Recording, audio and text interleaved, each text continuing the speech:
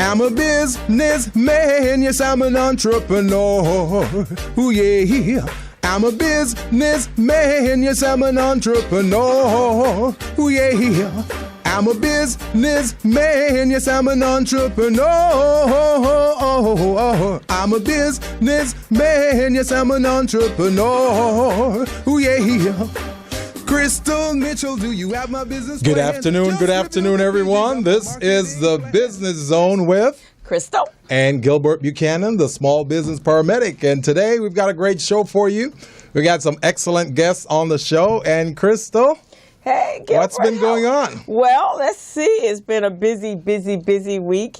And if you guys have never, ever had an opportunity to see and hear Mr. Gilbert over here do a workshop, he was absolutely awesome yesterday you, Crystal. Thank you. At the Edge workshop that he did for Recycling Black Dollars. All right. I was just in my element. I was in the zone. You had a room full of women falling in love with you, which is what you like to do, right? I mean, right. They were all in awe. And when I went on Facebook last night, there was all this loving endearment for you. I saw a few of those. You saw a few of those, huh? That means I did my job. You did your job. And it was a great topic because we were talking about networking and relationships. Relationship management and clients. Right, exactly. Which is what people usually don't do. Oh, yeah. I think that we walked out, there was a lot. We had a number of individuals that, it was like 25, less than under 25 people there that felt that they had came away with some skills. That's good. That's good. I'm very glad. See, and I think the highlight was the personality thing that you did. I know. For those of you who didn't know about the class yesterday, the workshop, we did a workshop for, it was sponsored by Edison. It's called the EDGE program. And it was hosted by Recycling Black Dollars. Yes, it was. Which is Crystal's organization. She's the executive director for that. And it was phenomenal. It really, really was. It was a great turnout. And I'd say the hit. And so I took the was it KPY? KYP. KYP, which stands for? It means knowing your personnel. And, every organization needs to know this. Every business owner needs to know this. They need to have those skills. Right, exactly. So I took it home to Mona last night, to my sister. Did she take it? And when I first gave her the package, she goes, whoa, this looks intense. And then I said, it's only the first two. And I went through and I said, I said, now answer it. Your first thought, just like you did, your first thought, and just answer it as you see yourself. Yes. And so she answered, and it was a while. It was about 20 minutes later, and all of a sudden she goes, oh my God, this is right on. And so she is a stabilizer analyst. Oh. And, that's what she is. A stabilizer analyzer. Yes. Stabilizer analyzer. And so when she's reading through it, she's going, ooh, this is me. Not too pleased with this one, but this is me. Oh, my. And so she really got a kick out of it. That's great. Yeah. It's a personality profile that we did in the workshop. And really what it is, it helps small businesses or business owners, helps them to identify certain traits within them. So there are 4 categories that people fall in. Either you're a controller, you're an analyzer, a stabilizer, or a persuader. So you're falling one of those 4 categories, and sometimes 2 of those you're strongly scored in 2 of those. So those personality comes out, and when you're looking at the traits, it's amazing how it's right on. It's right on spot. But I think when you asked me and when you actually gave the instructions, and I follow instructions very well, you said in the capacity of where you are today. Yes. And so that was a different place for me because I was more in it. So I'm a persuader in that environment yesterday. Oh, yeah. But normally I'm a persuader analyst, Excellent. analyzer, or whatever that is. But it's a great tool for all business owners to use, because what it does, it helps the business owner when they're preparing themselves to meet with a client or a contract provider, then they can understand what skills they have and what skills to use with that contract provider. So the contract provider is going to come across it's going to come in one of those 4 ways. Right. If that person is a controller, then they're going to come at you like that. Mm-hmm. So if you know that, then you can just adjust your style to deal with that.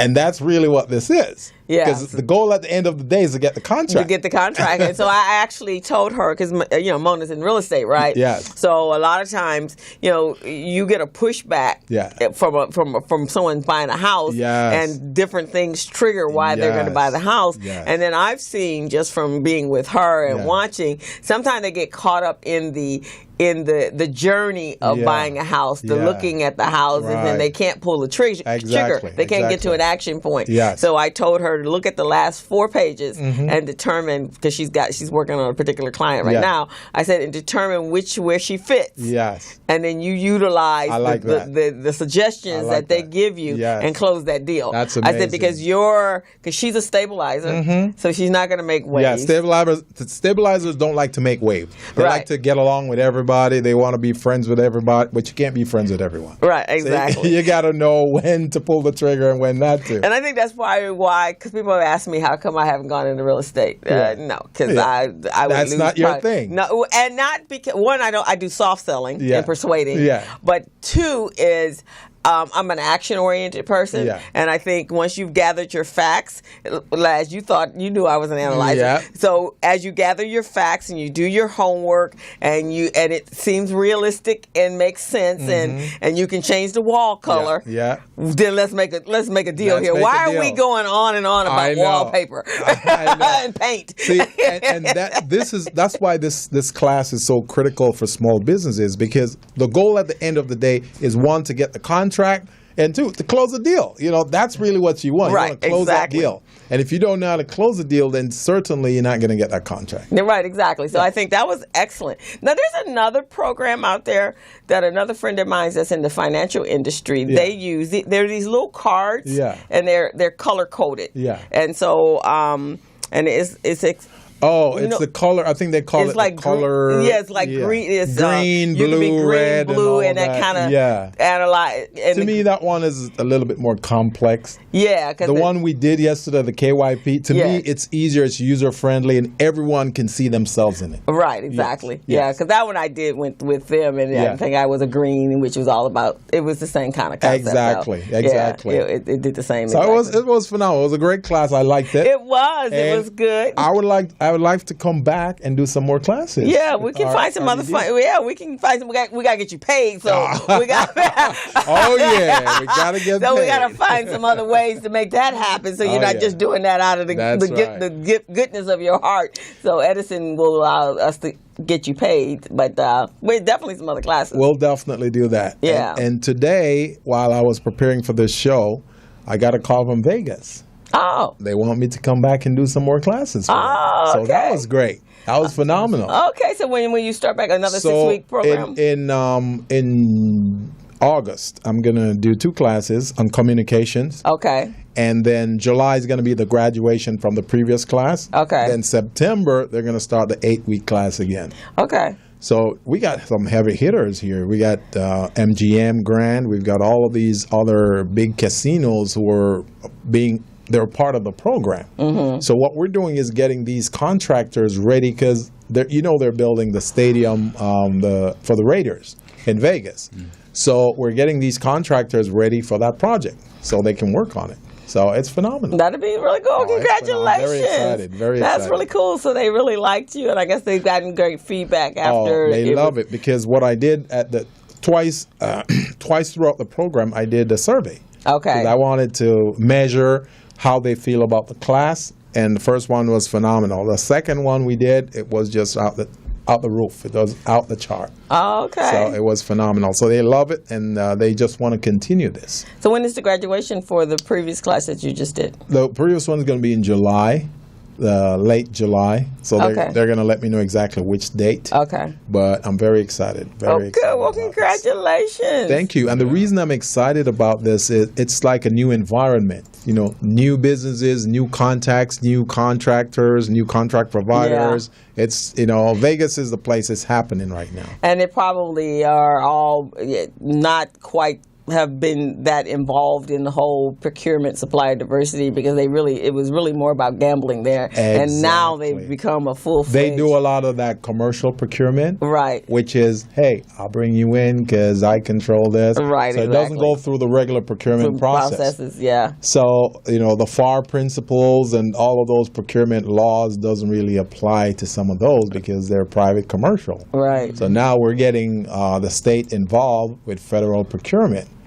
And it's amazing how it's opening their eyes to see how business is really done from a federal and state standpoint. Right, exactly. Because they're not used to that. And when I go to D.C., when I go to the Fraser conference, they're doing procurement on a federal government level, and I mean, all of them, the blacks that have made money back there, that's where they've made it. Yeah. That is like the mecca of contracts. And so there are a number of people that are there that are talking about their relationships and the powerhouse of people and their network is just absolutely phenomenal. And see, most of those contractors, vendors and suppliers, even the primes, they understand the FAR principle. And a FAR means Federal Acquisition Regulation.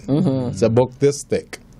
Costs a lot of money, over $1,000 for it. But it has every regulation. How you post a bid, how you promote the bid, how you solicit bids, how you award a bid, how you interface with contractor, how you pay. And recently, a lot of people don't know this, but recently when you hear that little thing going on with Trump and his daughter and his person who was supposed to be his PR person, where she went on the air and she was promoting his daughter's products, that's a big violation. They could go to prison for that.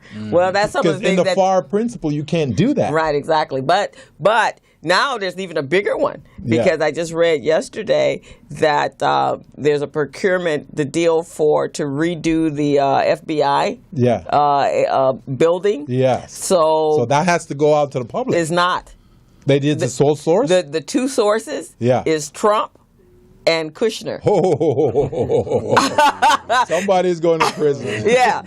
Somebody's going to prison. Right, exactly, because they talked about it like briefly. Yeah. And that's why we have to be careful that we get caught up in all of the other craziness that's going on, because there's some things are going on real serious stuff. So that was a very short blurb, and you have to listen to the people there's two entities that I hear the underling stuff in.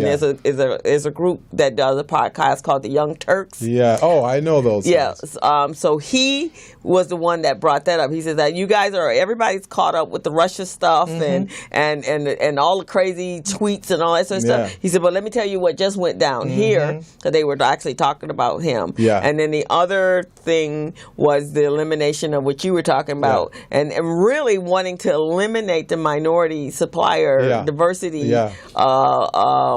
programs, period. Yeah. Because, they want to get rid of the folks that's competing with We can't afford to let that happen. No, we can't. We have to start fighting. Yes. And our guest in the studio, Ken Hicks, who we're going to bring on later on, he's pretty familiar with the MBDA, the Minority Business Development Agency, which is sponsored by the Department of Commerce. And that's what they're trying to get rid of. They're trying to get rid of the MBDA. Right, exactly. Which is why, today's show is about community collaboration and why we have to have that conversation. Yes. And even yesterday, after we did the workshop, we then went over to Doolin's for lunch. Yes. And we need to, and that this is for those of you that are listening in the audience and as well on Facebook Live, we need to be talking to our businesses in the communities, because one of the things that when you and I came out and we were talking to Greg and we were looking at the big red took up 2 spaces or 4 spaces in front of his business. And here you got construction all on Crenshaw. Right. They done already pulled up the divider. So now where's the parking? And now you see all these new red spots. Right. So there's no spot for his customers to come in. And then right along the side, the city in the county, Yeah. in that area, Right. there's a divide. It's divided by a driveway. Oh, my And Lord. so I had gone there about a month ago, and I had lunch, and I came out and I had a ticket, and so I called the guy. This guy is a sheriff in the View Park area, and I Yeah. live in the View Park area, right? So I always call him Deputy Dog because he gets all on my nerves because he's all up and down our streets telling us we got to move. We've been in our parking space for 48 hours. You got to move to the other side of the Wow. street. Now we're in an incorporated area.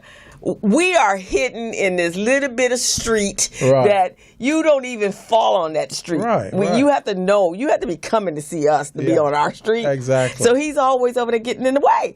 And so we're always arguing with him. And so I come out, and there's Deputy Dog, Barney Fife. Yeah. And, and he's putting the ticket on my car. I was like, what are you doing? Oh, And he says, man. well, it's 3 o'clock. It was 1 o'clock, and I think I'd gone early. It was so the parking thing is from 1 to 3. That's right in the middle of Greg's lunch hours. Unbelievable. That's ridiculous. See, and this is what I talk about. These entities are supposed to be here to promote small business, but instead they're operating the opposite. They're all trying to stamp out small business. Right.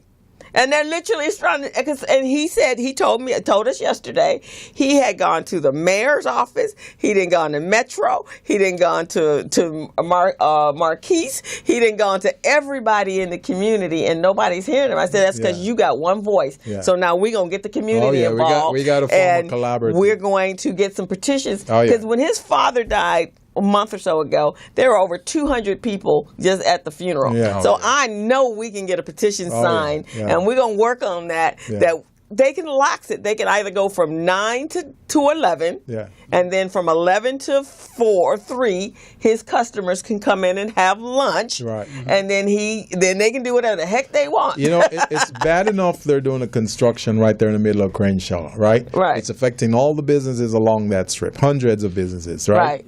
So to add insult to injury, now they're painting the sidewalk red, so the customers cannot park there. They have to park like a mile away and then walk. That's ridiculous. Right. And why should they have to? So it's ridiculous. So, it fell out really well because we got Ken here from the Business Resource Group that works with Metro and the project. So we're going to have that conversation. Yeah. But one of the things, even for the purpose of this show, is so we can have this dialogue and we can rally together and rev up and get excited and do what we need to do to protect our community and our business owners. One of the items we talked about in the workshop yesterday is to partner, to collaborate with each other from different trades to make sure that we're all going after the one project together. Right. It's the same thing with this, where we're pooling our voices together. So we're going to go out there and let them know that we're here to sustain small business. We want to support them. We want to make sure they grow. Yes. Because every entity, really, and I tell my participants in the workshops this, I said, listen, I want you to consider yourself as enemy number one, because the contract providers, they're telling you no. Right. The customers are telling you no. The lenders are telling you no. Your competitors are telling you no. Right. Everyone is telling you no. So you got to be creative. You got to be disruptive. You got to be unique in what you do in order to get that yes. Yes. And if they're not giving you a yes, then you create a yes. And you go to other communities. I used to live in the Adams area. Well, I lived a little bit further between Venice and Washington, but that's kind of a historical area. But on Adams, from Crenshaw, east of Crenshaw to on the other side of Normandy, are these big, huge houses, which was an area that black folks were relegated to back in the 60s and 50s and 60s, I think. And because it's called Blueberry Hill, right? That's right. Okay. Yeah. So this was an area that they pushed us over to. A lot of the celebrities lived over there. Well, they had these beautiful homes, but, it became gang-ridden, drug-ridden, and all that sort of stuff, and it was all dilapidated. Well, of course, the early gentrification took place there. So all of a sudden, that's where it started. So these little crackerbout houses now were $600,000 and $700,000. It was shotgun houses. You could actually look in the front door and see straight to the back. And then the big ones, they start redoing, they start making it historical, so you couldn't make any changes to it, right? Yeah. And then the gang houses or the drug houses, they were gone like that. but let us have gone out there and tried to get them. Yeah. But one of the things, there was a movie that I recently saw that was a documentary by a young lady. I think I mentioned it to you. She was from SC, and it's called "There Goes the Neighborhood." We're going to have her on the show. Yeah. But within that conversation, they were interviewing an extended family who had been in the View Park, Windsor Hills, Baldwin Hills area for over 50, 60 years, because their parents lived there, then they lived there, and now their children are trying to buy in that area, which they've been priced out. So they actually have the neighborhood community meetings, a neighborhood, whatever they call those, the neighborhood watch, and then the newcomers, we're going to call them the newcomers, they have actually created groups within that group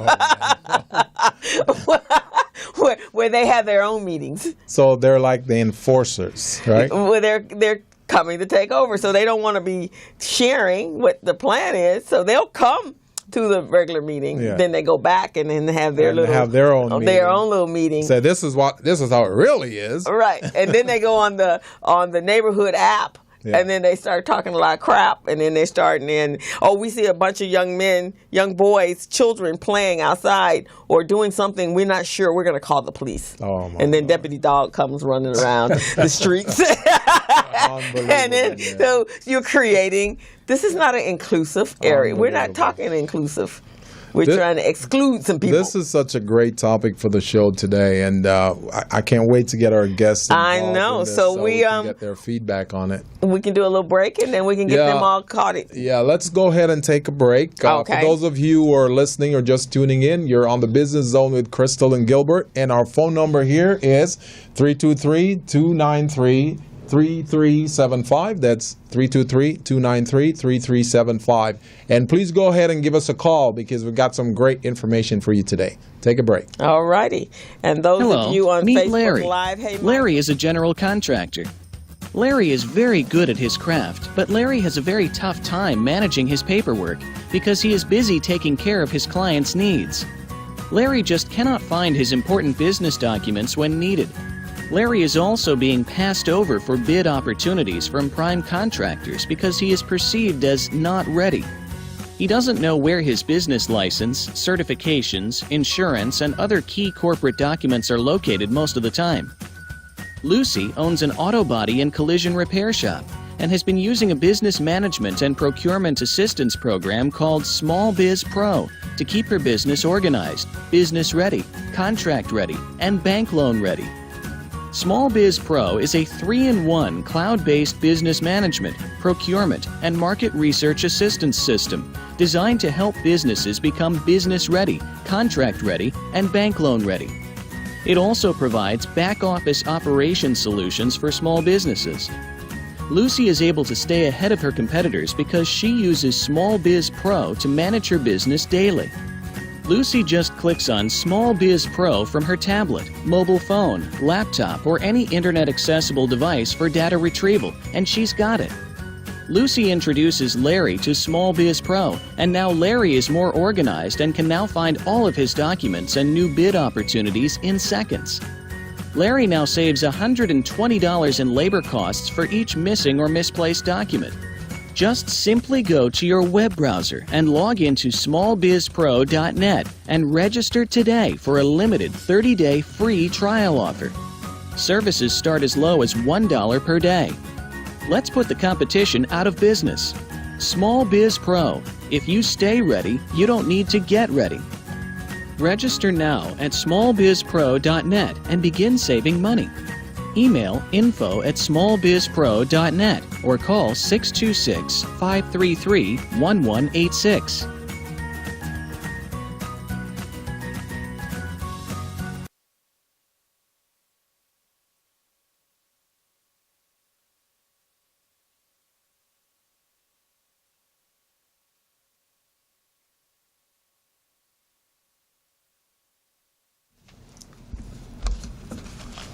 So we're back on the Business Zone with Crystal and Gilbert Buchanan, and we're here with some phenomenal guests today. And Crystal, what are we going to talk about today? So today we have the honor of having in our studio community members and business members in the Crenshaw district. And we also have Mr. Ken Hicks, who is the project manager of a pilot program called the Business Solutions Center that was actually put together purposely for the businesses on the Crenshaw doing the subway expansion project, the right? relocation of businesses, right? That's correct. Yeah. Right. Yeah. Yeah, it became the relocation of businesses. That wasn't what it was supposed to be. It was supposed to be the resource center that helps business. But before we do that, Ken, I was thinking today, and we're gonna give you guys the background on Ken and Taylor. That you guys are actually probably without really knowing it, because it was really for the purpose of protecting businesses, because the community was really screaming and making a lot of noises, and the contractors and Metro were on some really amazing hot seats, and so they had no choice but to make some stuff happen. They had to get action oriented, right? And because I was at the meetings, and but without you knowing it, you actually created a community coalition for the Crenshaw district. And I also have a client that I'm doing some QuickBooks training over on Central Avenue. And they have a community coalition or collaboration. They doing some stuff down there that I just blows your hair away, how they have created a cooperative environment for their businesses, and they support them, and they're there for them. They're riding up on bikes and saying hello, and people walking by the center saying hi. They got jazz concerts and all that kind of stuff going on over on Central Avenue. But as well as Crenshaw, this is really what that is. It's really and if we continue it, and we move and we start doing it as a collaboration, then we could become that. So let me tell you what that community collaboration is. The process and participation of those people in groups and businesses and organizations working together to achieve a desired goal, right? So our goal is to protect our businesses in the Crenshaw district. That's yes, right. To make sure that they're there when that train goes up. Absolutely. So that they too can benefit. So we're going to first start with Ken Hicks. And Ken is the project manager over at the Business Solutions Center. And it was a pilot program. He manages all aspects of the center's operation and day-to-day function of the project and its staff. And it serves as a liaison between Metro's management and developing and implementing client service activities. Am I correct? That's correct. Okay. So he goes out and they go out and visit the businesses. They have conversation. I actually gotten to know a lot of the businesses, right? That's right. And being able to provide products and services to them that can help them grow their business and maintain during this process. Yes. Okay, Yes. so with that, She got it right. Yes, you got it right. You got it right. we're now going to talk to Ken about what the program is, what's the goal of the Business Solutions Center, and then what has been the process over the last 3 years now? 3 years. 3 years, so we got one more year, right? Before 2 more years. 2 more years About a year and a before the half. project is Yeah. completed. So what has been that process? But first tell us more about what the Business Solutions Center is supposed to be doing, or is doing. Exactly. And thanks for having us on. I've known Gilbert for a long time, as well as you, Crystal. And essentially the Business Solutions Center is a hands-on business assistance center primarily focused on providing pertinent solutions to individual businesses as they're impacted by the disruption by the construction of the Metro Rail. We have touched base with about 413 businesses. On a quarterly basis, we serve about 215. We have 215 client interactions. Okay. And it occurs in a variety of different ways, primarily through canvassing. We have a dedicated staff, myself, Adam Dominguez, as well as Dakar Lee. We actually go out and we meet businesses on an individual level at their particular location. We also have workshops too. We've had a number of great workshops at our Business Solutions Center. We've basically, we're responsible for essentially sustaining those businesses, keeping them there, exactly what you said, making sure that they're there post-construction so that they can take advantage of all of the individuals that are traveling on Metro Rail. Okay, fantastic. I know we had Adam on the show, but not in that capacity. We had him in his capacity from Vermont Slauson earlier on. One of our first 2-3 shows, Adam was on, and he talked briefly about it. And let me just say this. We're a collaboration. We're the Los Angeles Urban League. Dale Richardson and Associates, who's my boss. We also have Vermont Slauson Economic Development Center. And so we work together with Metro to basically come up with the proper tools to help with the small businesses. And you also have a number of us independent business people, professionals that have services that we provide services to those businesses as well, right? Very good point. What I recognized early on was the fact that we needed subject matter experts to essentially come on and speak and help businesses in particular areas, whether it's bookkeeping and accounting, like yourself, website development, social media, IT assessments, help with Yelp. Sometimes our businesses don't even know about social media and how to even approach it, where it's a great opportunity, particularly our barbers and our salon stylists. In many cases, they need to be on Instagram. So we've got some consultants that actually can step in and meet with those businesses, help them in the marketing capacity. The biggest opportunity exists with the Business Interruption Fund. We have a Business Interruption Fund that Metro established for those businesses where they can qualify for up to $50,000 per year. They have to be in business at least 2 years, 25 employees or less. And we actually help many of those small businesses get qualified for the Business Interruption Fund. And this is actually part of our collaborative here, so I wanted to bring along my guests as well to talk a little bit about that too, because not only has Taylor Mayfield, for instance, not only has he taken advantage of the Business Interruption Fund, but he also has actually helped many of our businesses get their taxes prepared and prepare spreadsheets just like you have, so that they can actually go and qualify for the Business Interruption Fund. Now, before we go on to the other guests, I would like you to tell us a little bit about the Business Interruption Fund and that $50,000 that these businesses can obtain if they have 25 or less employees. But prior to that, I want to tell you, man, if you need a job on the radio, you got that voice. Even Felicia's going like, you can come here anytime, man, anytime. As a matter of fact, we got some podcast spaces available. You got that voice, man. Thank you, Gilbert. Appreciate that. So, with that being said and that out of the way, you had to make sure he knew. I had to make sure the possibility and the potential is definitely there, right? You can make a lot of money here, man. And I want to thank him because I've been in the community, working in the community for a very long time. 7 years with RBD, Recycling Black Dollars. But even before that, my business has always been about my community and my people. I'm unapologetically black, and I'm all about my people. But I'm also one that do a lot of outreach to my community, and so I want to thank you and for what you're doing, because we sometimes are not the easiest people to work with, and but those of us that are selflessly out there helping people reach their greatness, we need to give you a clap on the back and an applaud for doing what you do, because I know it's hard. I agree. I agree. And we don't always get honored. It took me almost 15 years to get honored. And so in the last year, everywhere I'm getting honored, but it took 15 years for me to get mine. I understand, Crystal. You deserve it. You deserve it, absolutely. So we got to recognize you, my brother. You're doing a great job. You're doing a great job. Thank you.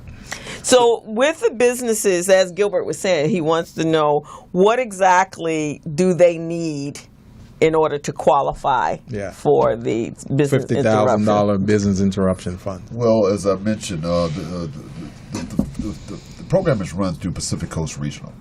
Pacific Coast Regional administers the fund. They administer the fund. It's a $10 million fund that Metro actually set up, and it's for actually 3 lines. Okay. Wilshire Line, Little Tokyo, and then of course Crenshaw. Crenshaw's our businesses have actually been taking advantage of it for the better part of 2 years. Okay.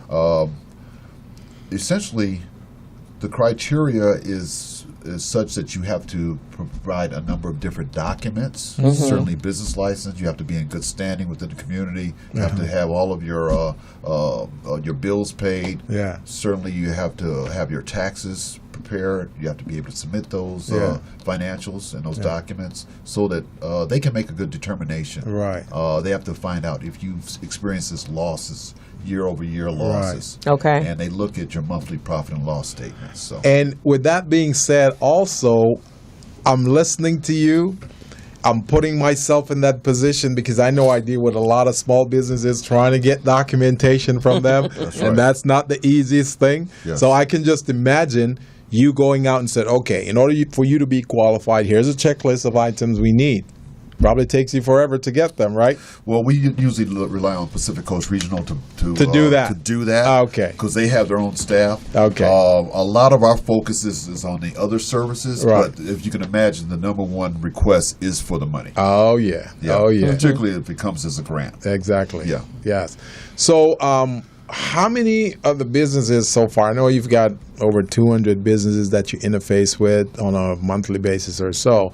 How many of those businesses actually are approved for that funds?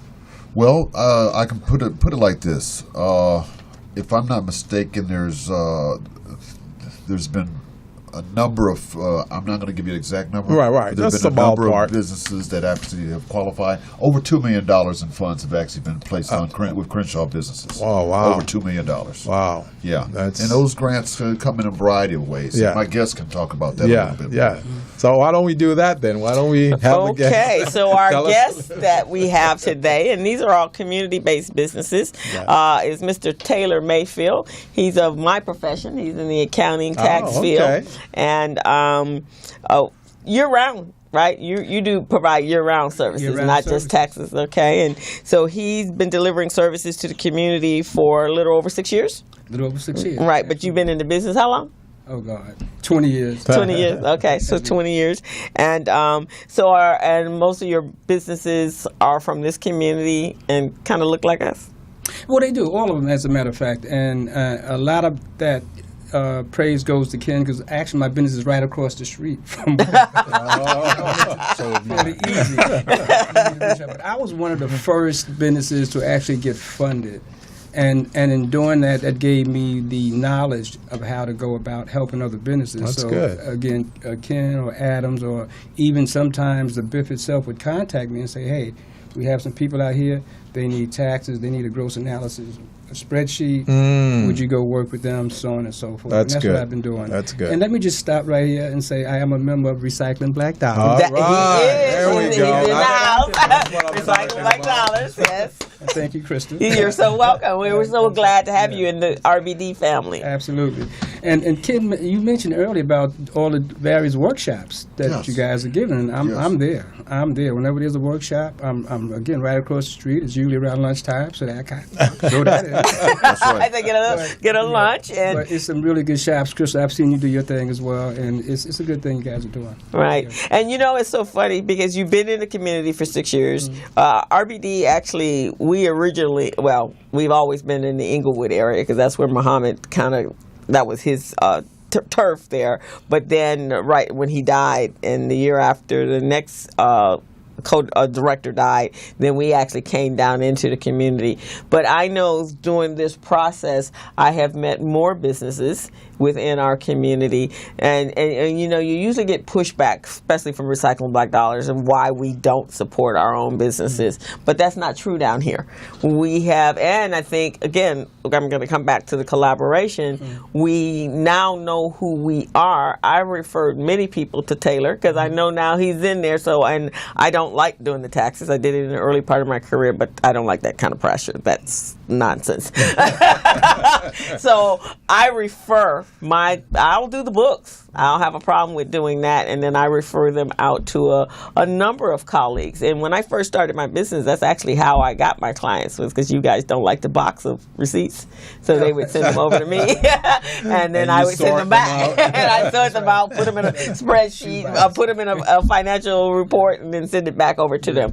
But so I really didn't get to know you until I started going to a couple of meetings, and then I heard in how committed he was, and then asked around, and he came to RBD, and so now we're recycling some dollars because I send a number of people to him so that he can do their taxes. That's great. Yeah, and this guy over here, Mr. Ken Williams, who's the director of the School of Beauty. The little old me, the other Ken. The other Ken. So now Ken has been in this community for a short period of time, but you are with Universal Beauty School and have been around for over 100 years, right? No, not quite. How long? Not you. 88. 88? Yeah. Well, that's real. Yeah, that's really like that's close. long. Yeah, that's long. 88. So that's your father started it, or grandfather? Actually, my grandmother, wow. Hazel Williams, started the first African American beauty college way back in 1929.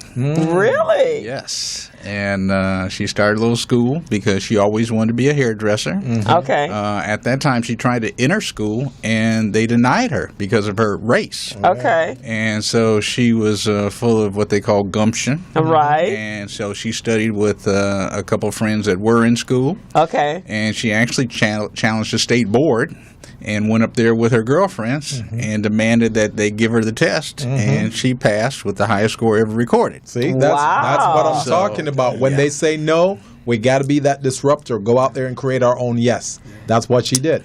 Absolutely. So Amazing. before the Business Solutions Center, I did not know about them. I knew about Maranatha.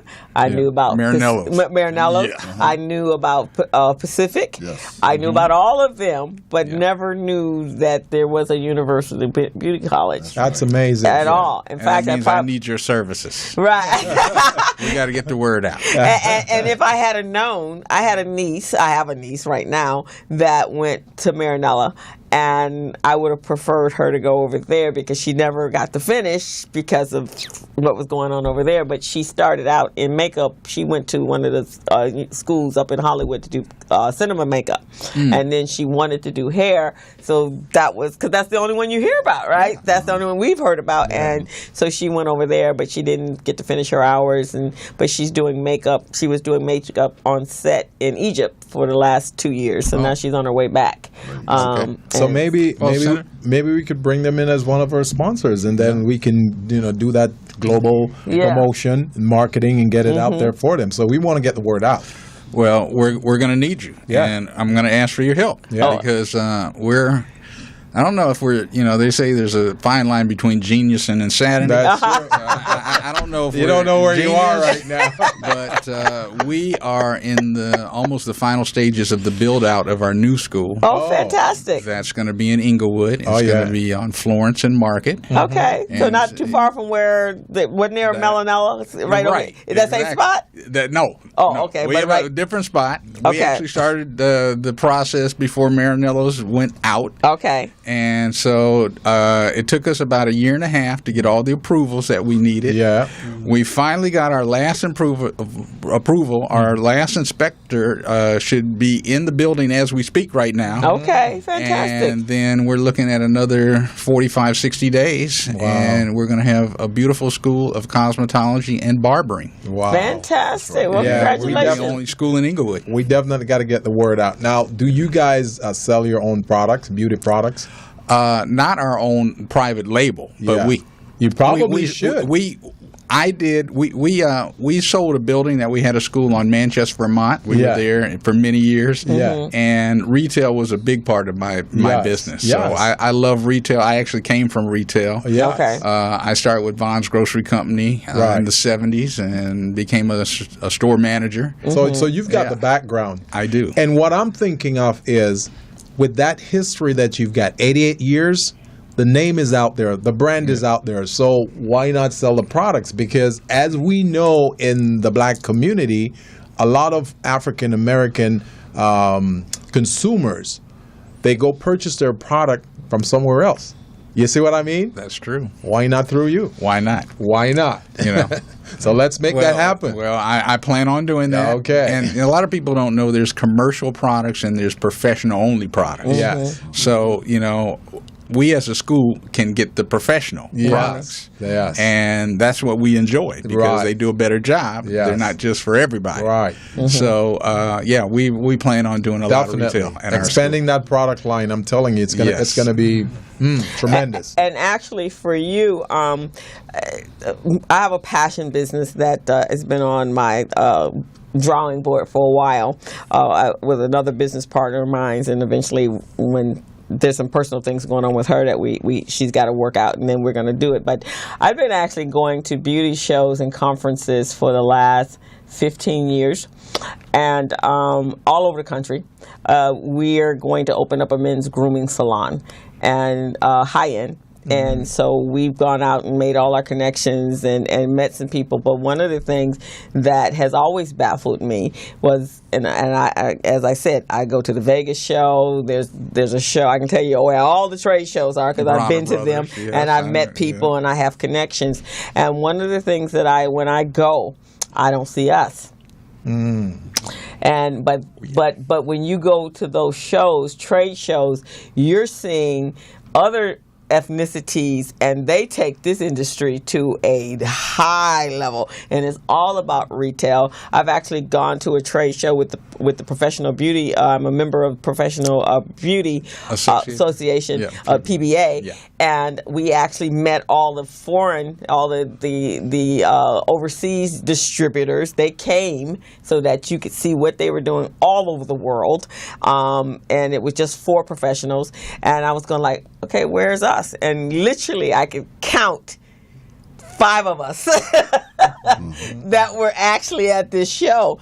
And so, you know, over the years, it's been a 10-15-year period, right, that we've been doing this. So I went to one recent, I guess the last one that we went to, and it was in Vegas at Mandalay Bay, and I'm looking going like, look at this. They have hair extensions highlighted. It was like on this high level, high tech, like hair extensions just started yesterday, but it was all blonde hair.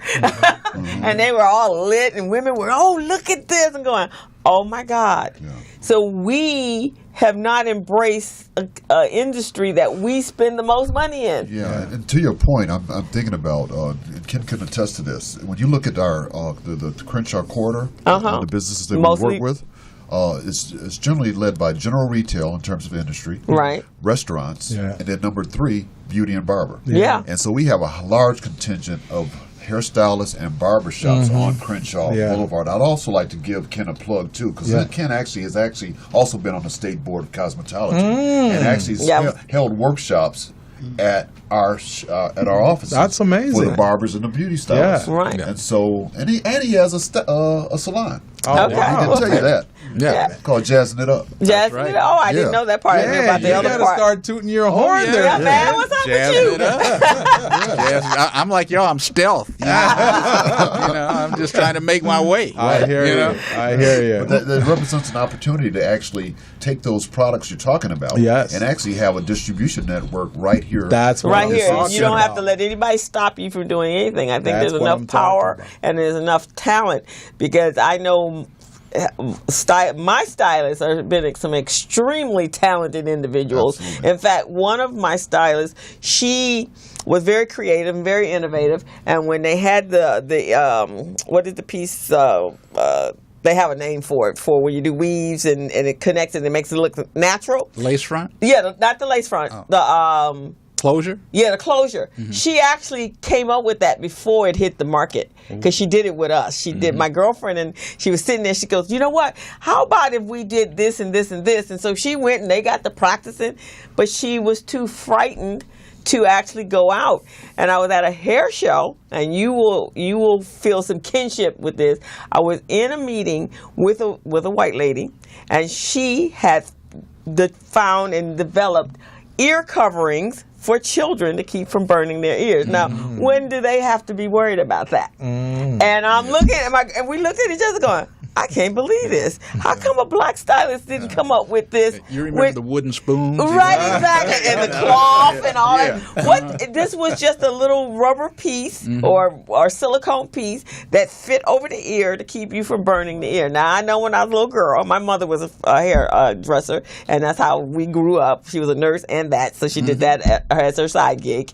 And I get burnt ears all the time, and I'm going, well, I know we have designs and trademarks and patents and products that could be coming out of this space. So she didn't patent it or trademark? Nothing. She never even talked to anybody. And then sometime down the line, she goes to a beauty supply store and she goes, oh, look, somebody did this. All casual. Me, I was kind of upset when she told me. It's like, you already had this. Yeah. And if you were interested, then I had people that could have helped you with this. Yeah. And that's the other thing. We don't talk. We don't tell each other what we need so that we can utilize the resources. I have a lot of friends that are in the hair industry on a different kind of level.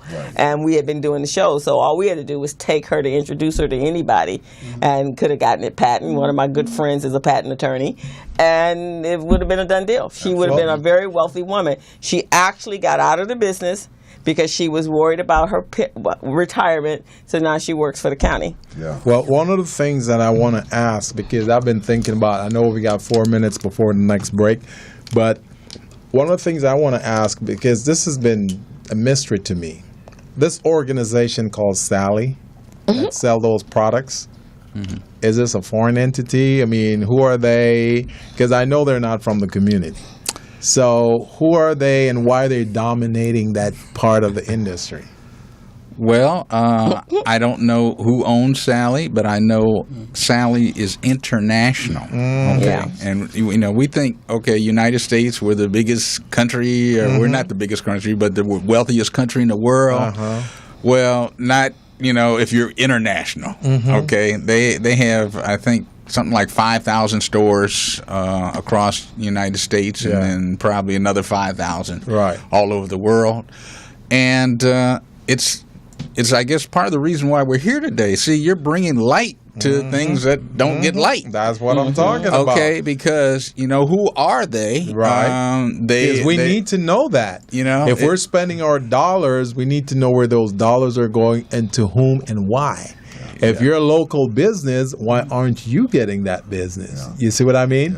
So we got to do some research on that. Well, it's I want to say it's the Costco effect, because big takes over small. For sure.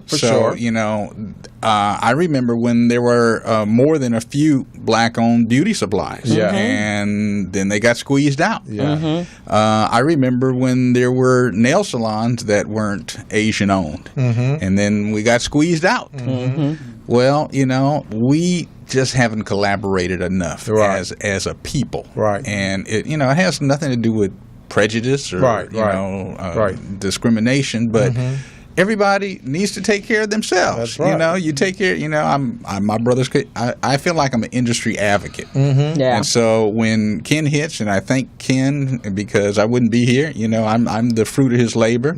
He walked the streets. He beat the streets. He was grassroots. And we met and we connected. And he said, "Hey, Ken, would you speak to some barbers and some people about the industry?" And I did, and it went over well, and we've developed a relationship based on that. Well, it's like I walked over here today. I didn't drive my car. I walked. How many people walk anywhere? I look at my watch. The watch says, I walked 1,000 steps. Yay, I want my 1,000 steps. So a lot of times we don't explore our own community to see what's here, what's not here. Exactly. Exactly. And I think you're bringing up a very, very crucial point that we need to explore. Because first of all, we need to know how many more businesses like you are around. I mean, I'm sure it's a handful if there is. And also, we want to find out how many customers are in this demographic that we can really target and market your products and services to who don't even know that you exist. You see what I mean? So all of these things that we're doing on the Business Zone is all about that, to make sure local businesses get the exposure they need, the local customers understand what's in their community, and we bring that marriage together. Absolutely. Yeah. Yeah. And so, my business is a little different because my business is giving back. Yeah. Okay, when we train a student and they graduate and they start off on their own, I see a lot of them kind of fall off because, I don't know, there's a weird science between creativity and business knowledge. Right. You have to have a little bit of both. Most of these young ladies and men are very creative, can make a lot of money, but they don't know what to do with their money. They don't know what to do. They don't know where to go. Because it's a cash-based business. Go ahead, Gilbert, to your point, it's interesting that you asked that question about consumer spending. Yeah. I brought some of those figures. Oh, good. A lot, and this is something you may want to consider. Yeah. Within a 1 mile radius of Crenshaw and Vernon, so there's $300 million being spent on consumer spending. That was in 2016. Wow. If you go 3 miles out from Vernon and Crenshaw, $2.8 billion are spent. Wow. Yes. Wow. That's just Vernon and Crenshaw. And see, maybe many of the local businesses are not even seeing some of that cash. I mean, they might be seeing some, but they're not seeing their appropriate amount. That's right. You see what I mean? So that's what we need with these collaborative that we're forming. That's what we want to do. And with that being said, we want to come back to this topic and this subject because this is phenomenal. This is great information. Those of you who are listening, I'd like you to go ahead and give us a call. Our phone number here is 323-293-3375. That's 323-293-3375. This is the Business Zone with Crystal and Gilbert. Let's take a break. Hello, meet Larry. Larry is a general contractor. Larry is very good at his craft, but Larry has a very tough time managing his paperwork because he is busy taking care of his clients' needs. Larry just cannot find his important business documents when needed. Larry is also being passed over for bid opportunities from prime contractors because he is perceived as not ready. He doesn't know where his business license, certifications, insurance, and other key corporate documents are located most of the time. Lucy owns an auto body and collision repair shop and has been using a business management and procurement assistance program called Small Biz Pro to keep her business organized, business ready, contract ready, and bank loan ready. Small Biz Pro is a 3-in-1 cloud-based business management, procurement, and market research assistance system designed to help businesses become business ready, contract ready, and bank loan ready. It also provides back-office operation solutions for small businesses. Lucy is able to stay ahead of her competitors because she uses Small Biz Pro to manage her business daily. Lucy just clicks on Small Biz Pro from her tablet, mobile phone, laptop, or any internet-accessible device for data retrieval, and she's got it. Lucy introduces Larry to Small Biz Pro, and now Larry is more organized and can now find all of his documents and new bid opportunities in seconds. Larry now saves $120 in labor costs for each missing or misplaced document. Just simply go to your web browser and log into smallbizpro.net and register today for a limited 30-day free trial offer. Services start as low as $1 per day. Let's put the competition out of business. Small Biz Pro. If you stay ready, you don't need to get ready. Register now at smallbizpro.net and begin saving money. Email info@smallbizpro.net or call 626-533-1186.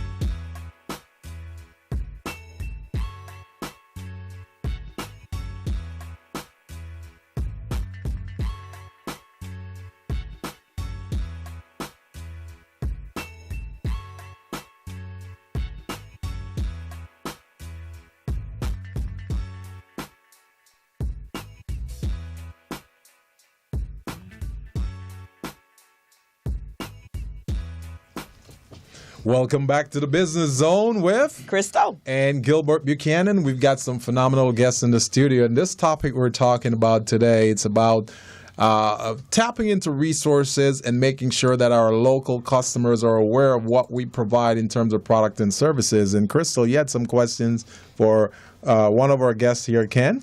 Well, let me ask both of you, since the inception of Business Solutions Center, how has it helped both of your businesses in fact that now people know that you exist because Ken is bringing you in through the back door and insisting that they use you. So how have your businesses increased since that time, especially you, Taylor? Yeah, well, mine has, quite frankly, I do taxes. That's something people have to do, whether they want to or not. Yeah. And so I've even gone over to Ken's school and did some presentations and talked about it. We have an issue with that, and I'm going to stay on that subject because that's why I'm here today, and that's what I do primarily.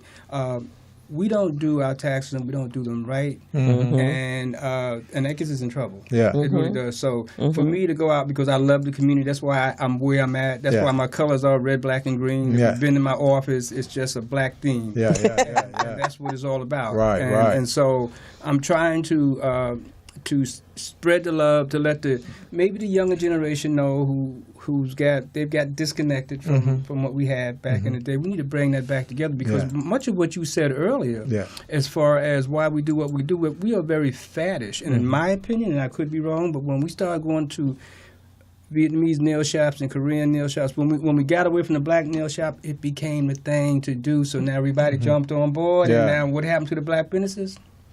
Right. Gone, Yeah. But to your original question, no, absolutely right. I've expanded. I've expanded my business. Each day it gets larger.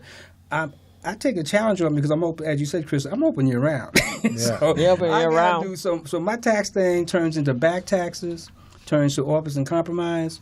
I do some notaries, so I have to be very creative to have those streams of income coming in throughout the year, and I have increased my sales, if I would, and numbers from last year to this year. Now, let me ask you this. What are some of the things, because I'm hearing you and I'm hearing Ken, what are some of the things that you think that business owners like yourself can do to attract the local consumers so they'll come back and purchase and support you as opposed to going somewhere else? Well, what we do in particular, and again on this deal about taxes, when someone comes into my office, we sit down and we teach them about taxes. It's not to run in, get your money, and let them run out. We stay connected with them. I'll look at their situation and say they have to pay back $3,000 or $4,000. Right. Why? What are you doing wrong? Are you claiming those exemptions? And they probably are, that you shouldn't. And then I explain to them why they shouldn't do it. I'll give them stories that I have from other customers and let them know how disastrous that can be. And we all know you can lose your house, your car, you could end up in jail. And, the Internal Revenue Service is not a cash cow, right? So again, it's that kind of situation. But, just constantly teaching, learning, it just goes on and on and on, and it's just a beautiful thing. Ken, what are some of the things you see going out there in the community that business owners can do to try to attract those consumers to them? Well, certainly, I think having a digital presence is helpful. It's not a be-all, end-all. But many of the businesses that come to us, they say we need help not only with the Business Interruption Fund, but we need help with social marketing, website design. We need help with business development in general. And so oftentimes one of the services we do provide is we've actually built 19 websites for businesses on Crenshaw Boulevard that had previously not had a digital presence. And many of those businesses have actually come back to me and said, hey, listen, I got 4 new clients or 6 new customers as a result of that. As a direct result of you building their website. That's great. That's one area that I think that they need help with. Right. Then certainly things like what you do, certification. Yeah. I've been trying to engage one business to get certified. I you know know. what I'm thinking about? I know, yeah. Through you. Oh, yeah. So that business can actually go out and get bigger jobs. Right. Crystal, you know what we've done with our QuickBooks training. Yes. So a lot of times they don't have accounting systems in Right, place. That's why right. we utilize Crystal. Exactly. So. And I'm thinking, based on that one particular client that you and I are talking about, I'm thinking maybe some of these clients are afraid or they don't know why they don't want to engage. You see what I mean? Right. So maybe we have to set up some kind of training to educate them as to what can be done to help them elevate their business. Right. I mean, it's if you're certified through Metro, certified through Edison, certified through any vast number The of county or any there's one going of to be those. opportunities that are going to come to your doorstep. Oh, yeah. And if you're prepared to take advantage of them, yes, you've got a great shot. Oh, yeah. You know? As a matter of fact, going back to the Vegas thing, right now, even the private entities, the casinos, they're looking at certifications too. And they're going, if you guys are not certified, we don't even want to talk to you. That's right. So, it's the same thing here. And many of these small businesses, they're saying, well, why do I need to get certified? Or how am I going to get contract? They're not giving us contract. Well, you don't know. If you don't try, you don't know. That's right. There's a lot of opportunities there with the state of California. They have contracts wherein they don't need to advertise it to the whole public, right? All they need is 3 bids. 3. And if they know you and they like you, they can call you up and say, hey, you know what? I have an opportunity here. I want you to submit a bid. That's it. Right. And then now you have 3 in 1 chance of getting that opportunity as opposed to 1 in a million when it's public. And we're talking up to $299,000 on this. Right. So those are good opportunities. Absolutely. And there's certain industries that, because not everybody's college material, so those of our young people or our people have used more trades, and so the hair stylist, and because it's quick and in and out. You go to school for that period of time, and then you actually can be doing hair can be actually be making money. Barbering is even faster, right, than doing that. Because I don't know how many hours do they need in order to 1,500. Okay, so both of them are 1,600 for women for the hairstyle. Cosmetology 16, barbers are 15. Okay, so but you could still get in and start making money right away. And some of the reason that they don't track is because it is about it's a cash and carry business, right? And they've never been taught how to manage. They don't have financial literacy on that level. Even our businesses, Taylor, don't have.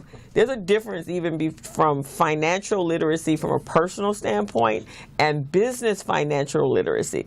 Because if they don't know that their team and the financial consists of the person doing their taxes, their CPA, their attorney, and their mentor or their coach, so that they know when it's time to hire and that they have the money and the resources in order to hire employees.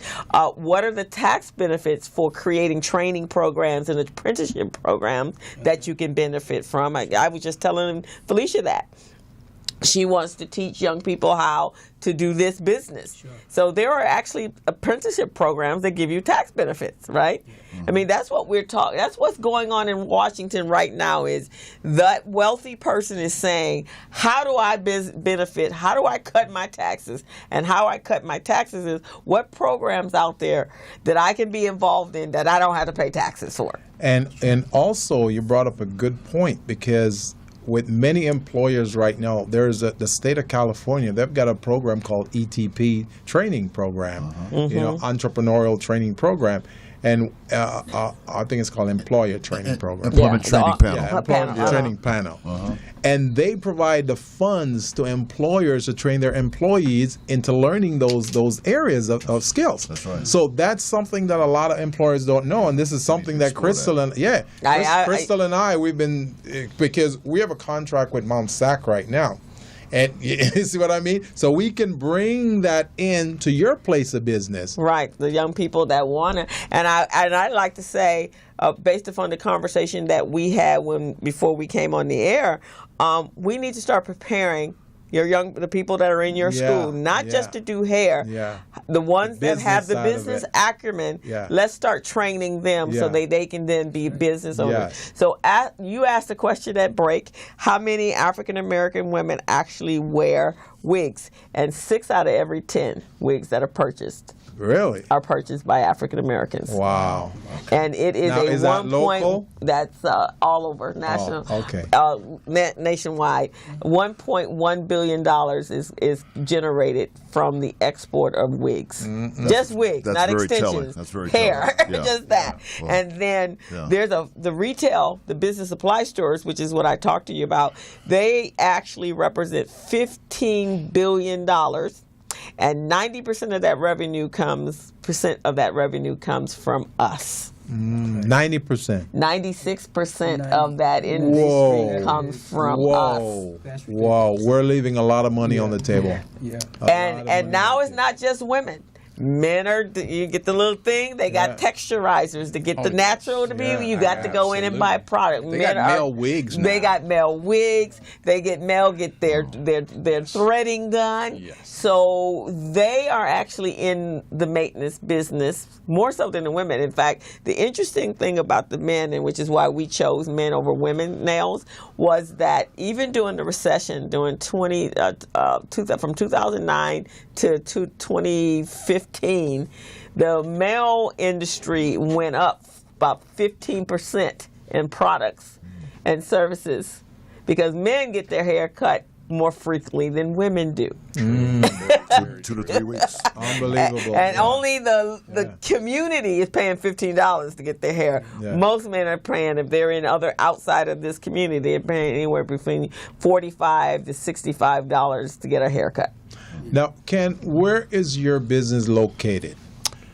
3419 West 43rd Place, right across the street. Right down here. Yes, been there since 1988. Wow. And I think last estimate, we've trained about 15,000 licensed cosmetologists. Now, are you right adjacent to the Akibambu, that Jamaican restaurant right there? Well, we're directly across from the park. Oh, okay. So, they're on the north side. There used to be a beauty supply on the corner there. Yeah, it's no longer there. Right. Okay. But we're, you can't miss us. There used to be 2 buildings that were filled next to us, but they're vacant now. Yeah, right. Because I'm thinking that, there's something that we should be able to do to bring in more business right there. I mean, that recruitment, I don't know where you are in recruitment. Well, actually, you should have picked up you should have picked up the business from Marinella, right? We picked up about 50 students from Marinella's, and most of them have graduated now. So, but we want to keep the word I like to out think there. we're the best kept secret, but we don't want to be a secret anymore. Yeah, we don't want to be a secret. Yeah. We can operate stealth. We don't need to be a secret. We can do it stealth. Right. Because I like stealth. You know why? Because when you do stealth, your competitors don't even see you coming. You know what? They don't know you're coming. And if I can make a point, Ken is in a prime location in both schools. So his existing school and his new school are within walking distance of the new Metro Rail station. Amazing. Yeah. So we got to get that out. But what we need to do is not just hair. We need to get them prepared to run businesses. Then they'll have their tax returns. They can actually buy homes and set aside money for their pensions and so forth, and continuing their education. Because I know over the years that I've gotten my hair, I spent some of that money because that's important to me. And I know when I go into the salon, I'm out there, hey, are you guys doing this? Why are you getting out of the business? What's wrong with you?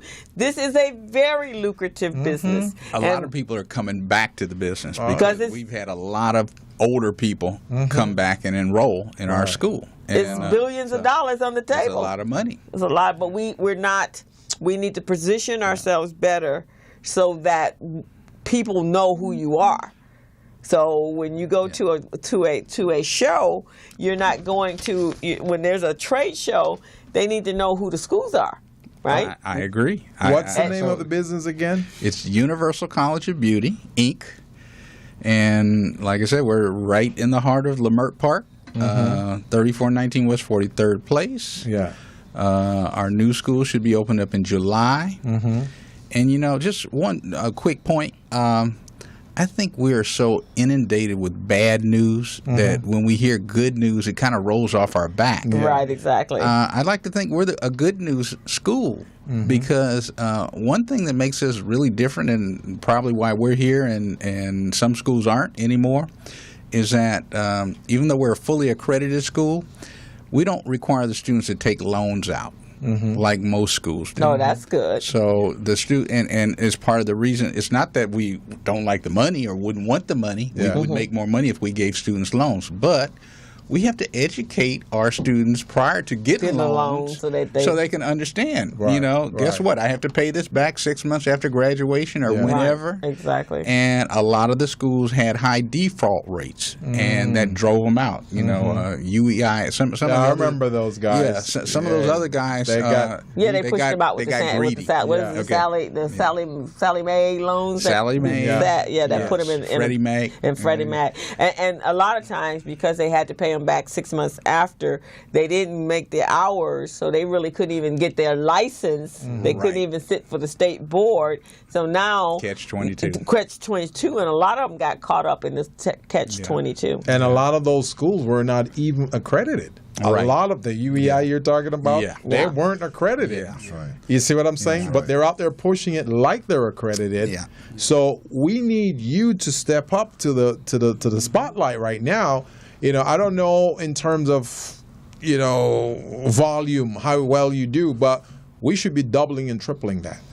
Well, we're looking forward to great things at our new school. Our other school does very well. Our graduation rate is very high. Our licensure rate is very high, in the 90% right now.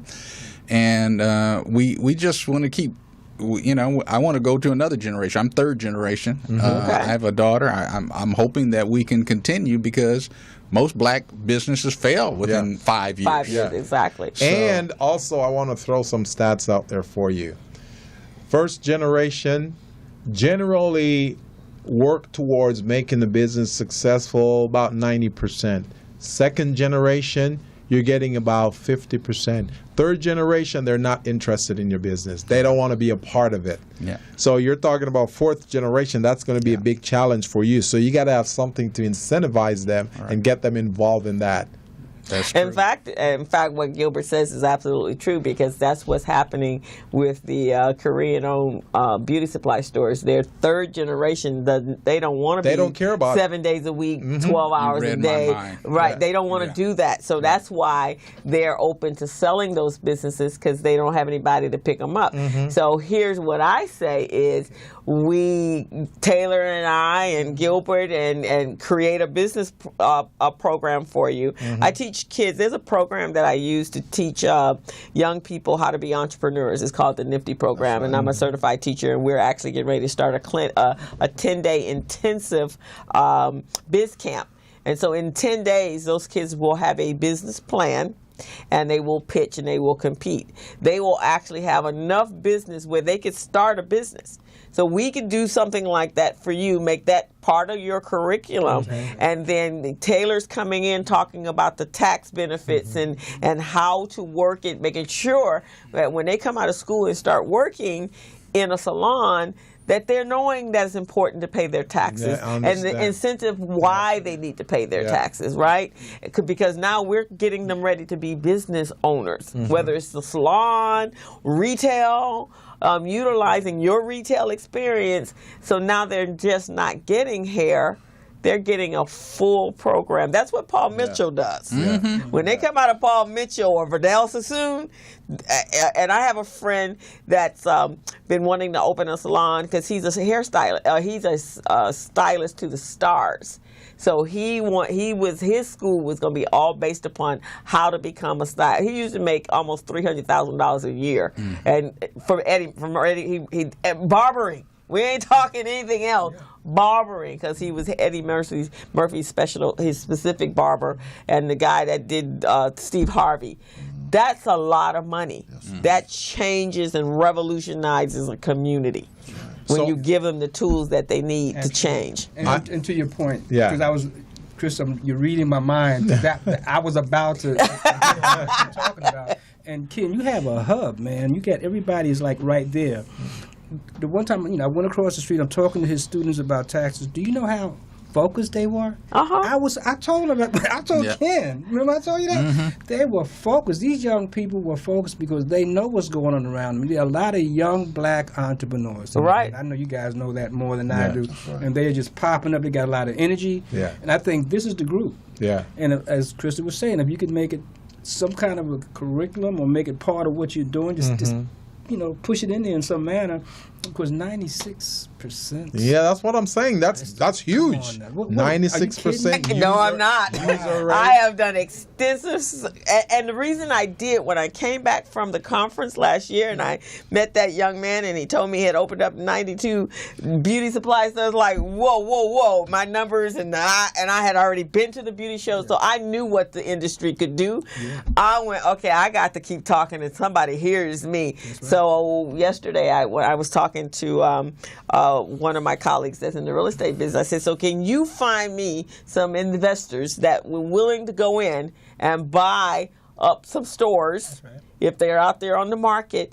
We will find somebody that will be able to give them the business acumen. So it was absolutely perfect that you chose both of them.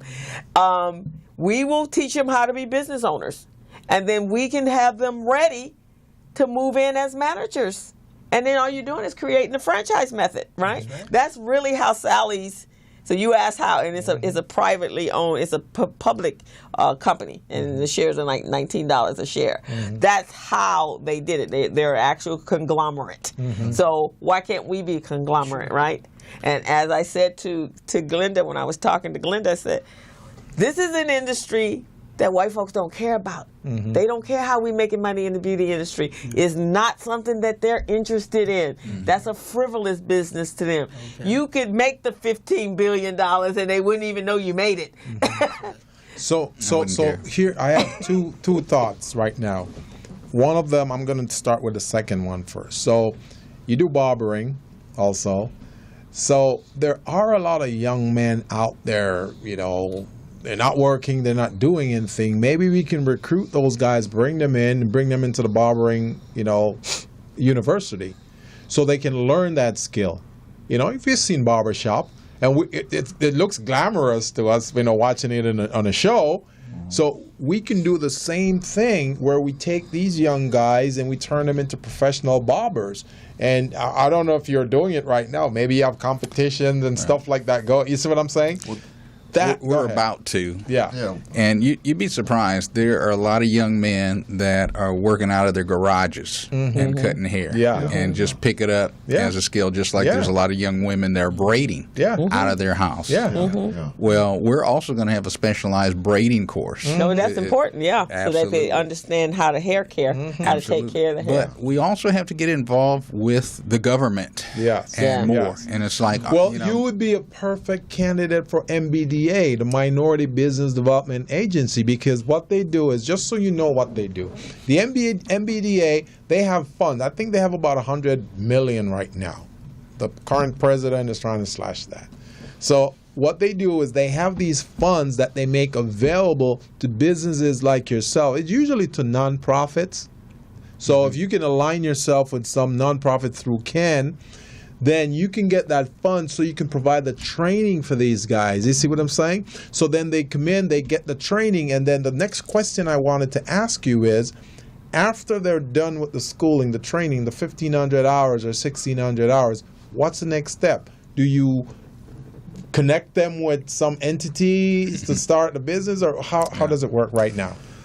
One of my nicknames was Mr. Placement. Oh, okay. And before I became a salon owner, that was a big part of my job, because when you're accredited school, they care about graduation rate, placement rate, licensure rate. Yeah.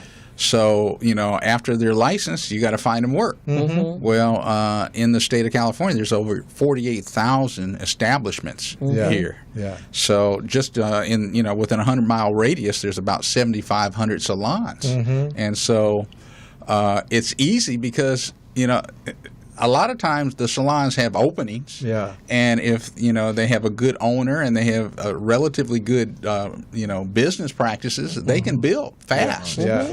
And, even myself, I was a novice 10 years ago to the salon business. I knew everything about schools, but I gambled. I started my first salon. It was called Just Because. It was on Vernon and 8th Avenue. Yeah. And it was amazing to me. For the first 6 months, I was empty. And I was like, what am I doing wrong? I have a beauty school. Yeah. But after that 6 month, it just said boom, and it grew. And it grew, so it allowed me to open up my new salon. So a lot of times, we graduate from the school of hard knocks instead of the big USCs or UCLAs. Yeah. Well, we have to have access, and we're in the information age. So, I mean, your cell phone has more, Yeah. We grew up, we didn't know what cell phones were. I mean, we saw the first cell phones, they were like suitcases. Right, exactly. And now we have access to knowledge that we didn't have. Now it's what do we do with the knowledge? Right. And so we have to collaborate to make that happen. There's another guy, Good Fred's, his son actually has a school. Steve Ellis. Steve Ellis. I know Steve, he's been in a couple of my classes. Yes. And so he's actually started teaching barbers, carrying on his father's business, because he's been in the community probably as long as your father has been in the business, and Virgie. I think they all kind of started around the same time. Yeah. His father actually graduated from our school. Because he's been a big Good Fred is in it for a long time. Right.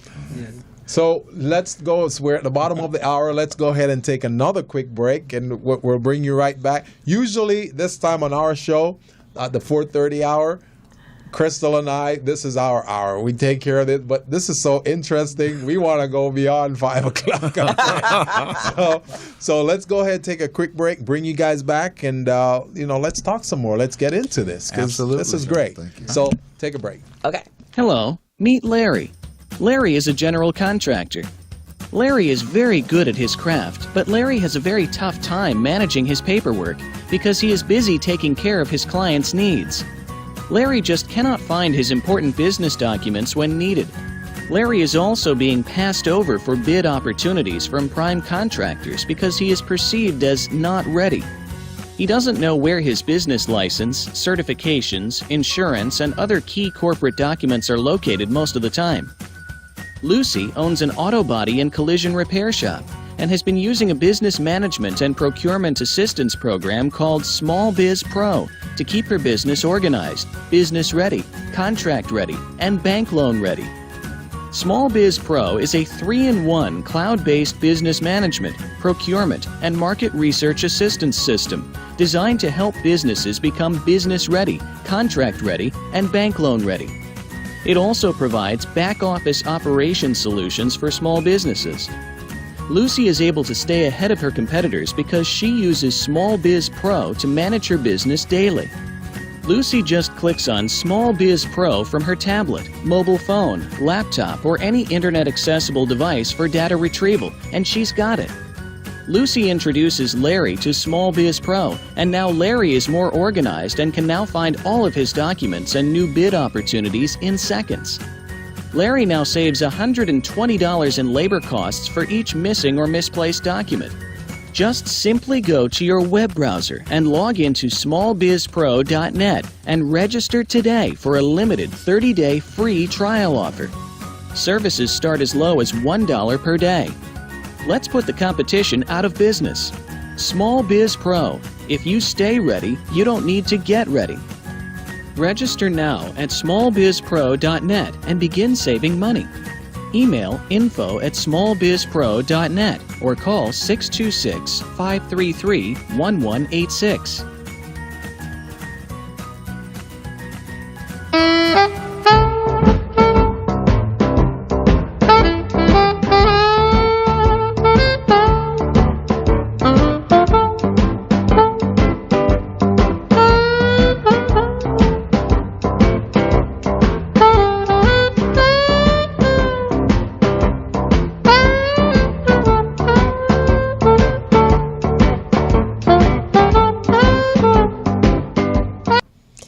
Welcome back to the Business Zone with Crystal and Gilbert Buchanan, and we're having a great conversation here. Just so you know, if you're just tuning in, The Business Zone is a platform for supply diversity, contract providers, and small businesses where they come together and they access opportunities. And that's exactly what we're doing here today, Crystal. Exactly. So, Ken, the Business Resource Center, what are the demographics of the individuals up and down Crenshaw and the ones that you're that's servicing and on the loan process? Sure. Of the 413 businesses that we've been in contact with, about 65% of them are male owned, and about 35% are female. The ethnicity, 56% African American, 16% Latino, 11% Asian, and the remainder other. Right. So, and can you said that I was in your head when you said that, and it's because even before Trump, there's a lot of conversation that myself and a lot of my colleagues and some of the think tanks that I've sat in on how do we make a change in our community. Dr. Anderson, you guys know Dr. Claude Anderson, is how do we change? Dr. Rosie, that's right here. How do we change our state? Because there was a report that came out last year, that it would literally take us 249 years to be able to catch up to white America when it comes to money, because most of our businesses are moms and pops. And they don't file taxes if it's a cash-based business. We know they don't ever be over or above incomes of $30,000, $40,000. And my personal opinion, if you're in your own business making $30,000, $40,000, why are you in business? Because you can make more than that. You can make at least $60,000 working for somebody and not having the headaches that go along with being in business for yourself. Right. So it's that education process. That's one of the reasons we do the youth camp, is because we want children at a young age to recognize the potential. That's right. That is out there. That's right. The young man, in fact, we've had this conversation on the show, Ball, that was just drafted by the Lakers last night, right? Alonzo Ball, right? So with his dad, the tennis shoe, and he was charging, what $600 for the shoe? And so people had their comments, and like, that dad that's a good decision, because there's no guarantee that his son won't get hurt. That's right. But while he's on this trajectory, he gonna sell a whole lot of shoes. I bet you last night they probably didn't he make enough shoes after he was drafted last night. And $600 was no kind of money when you want something, because you see that star that's about to rise. He has a broad vision. He's got a broad vision. And one thing about Southern California, and I always try to impress upon young people I come across, I say this is the seventh leading economy in the world. It is. And there's a lot of money to be had here, particularly in the areas that you never think of, not only construction trades, but entertainment, tourism, biotechnology, manufacturing. Personal services. And if you want to find a supply chain, there's no better place to have it than in Southern California. Right, exactly. And now, it used to be in the beauty industry, it was guarded where you could go get your products. You can go on eBay. You can go to AliExpress, order your stuff, and get it here. We teach your students how to collaborate. They can then go order in large bulks and have product in their stores that's not breaking them. You take 6 of them together and create a collaboration, and you got money. That they can make $2,000 in a day. Yeah. You made me think about one of the businesses that we have on Crenshaw Boulevard. One of them is called Dewa Books. Dewa Books is one of the largest providers of scented oils and candles and incense on the West Coast. And he's been around a long time. He's been around a long time. He's right here on Crenshaw Boulevard. We got a lot of great small stories here. We have some doctors and dentists too that actually operate on Crenshaw Boulevard. And I need to make that point because they're flying under the radar. We've got a surgeon here. That's actually providing all kinds of surgical procedures right here on Crenshaw Boulevard. Right. We've got great dentists. Not only that, we have some of the best cultural entertainment here as well. Just had Barbara Morrison open the California Jazz and Blues Museum in Laverne Park. You've got the Vision Theater and all the great things that are going on there. You've got Hot and Cool Cafe is going to open on Degnan Boulevard. So we need to let people know about all the good things that are happening down here. It's just not a construction zone. Now, once the rail construction is complete, what are those stores going to look like along the corridor? Are they going to look the same way? They're going to give them a facelift? What's going to happen? That's a good question. That's largely dependent on the property owner. Yeah. One of the things that I've been trying to do is encourage them to improve their facade. Yeah. Give you an example. Wells Fargo just had an essay contest for to renovate your business. I'm not a big fan of Wells Fargo, but they did have a renovation essay contest. Yeah. We try to encourage a number of our businesses to compete for that $10,000. How did that go? They're still judging the essays. Three of our businesses actually provided essays so that they can possibly win that money and actually improve upon the exterior of their store. Because I do believe, I mean, this is like, how do you say it? You take a shower, but you put on the dirty clothes and you go back out there. You see what I'm saying? Yeah. So here they are fixing the corridor for the rail, but then the businesses are still there and they still look the same dilapidated way. You see what I'm saying? I want them to dress them up. Right. If they're doing a facelift on the whole, do it on everything. Sure. A good example of that is at Slauson and Overhill. And what Mark Ridley Thomas came up with that money for those businesses there near, where Orleans and York is and all those businesses. The one lady, the CJ's that owns the dress shop. She actually owns that. But here's the issue, though, Gilbert. Most of those business owners don't own the buildings they're in. That's right. And so that's the other issue, is getting them to a place where the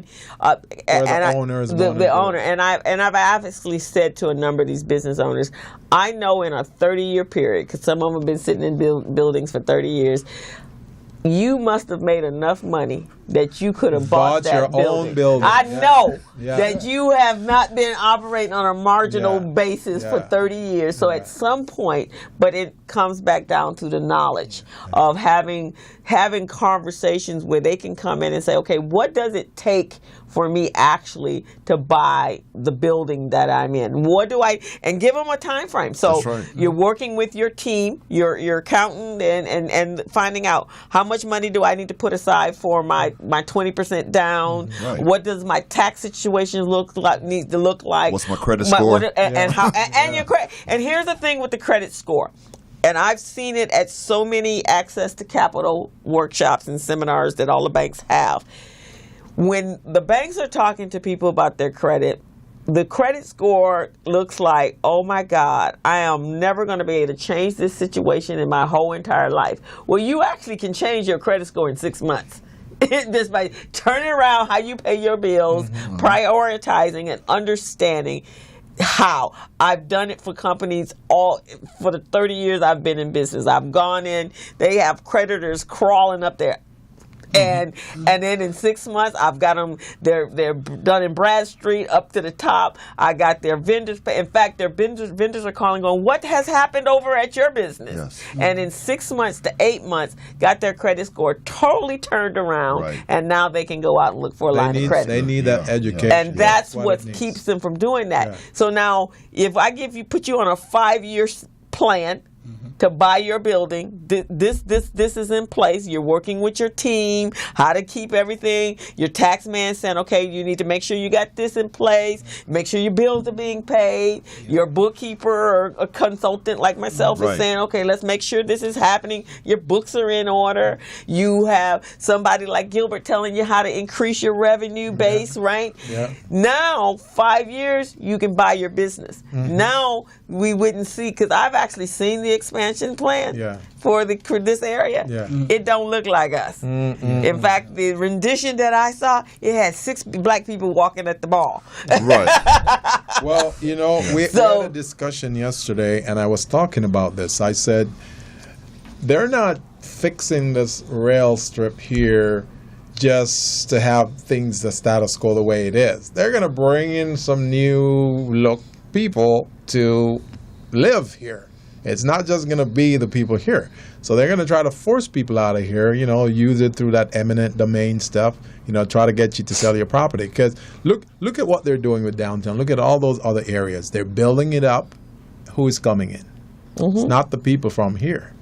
So we need to be more knowledgeable about what's going on and start planning. You're saying some of those business owners have been there for 30 years, then they should have bought their property. One of the things that we've been talking about for small businesses, instead of leasing a property, try to buy the building. Yes. I know other ethnicities, they don't lease. Yeah. They buy the building. And the SBA has a 504 program. That's what I'm talking about. You can get into your own building at 10% down. Right. Yes. Yeah. And if you don't have it down, partner up with somebody that they can invest with you, invest and they in can your share business, the space. and they can share the space. And then eventually, if you're looking to get your ownership, then you're paying in to buy it. There are so many ways that can happen, but unfortunately, we don't know about that. Right. So the therefore, lack of knowledge. we just sit there and say all we can do is rent. Yeah. But I will tell everybody this on the audience and actually on Facebook Live.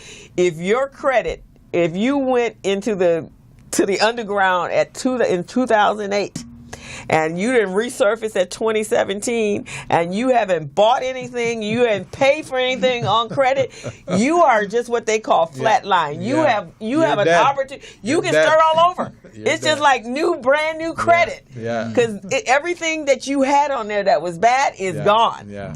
So go check your credit score with creditscore.com and all them others, and you'll see that you're flatline.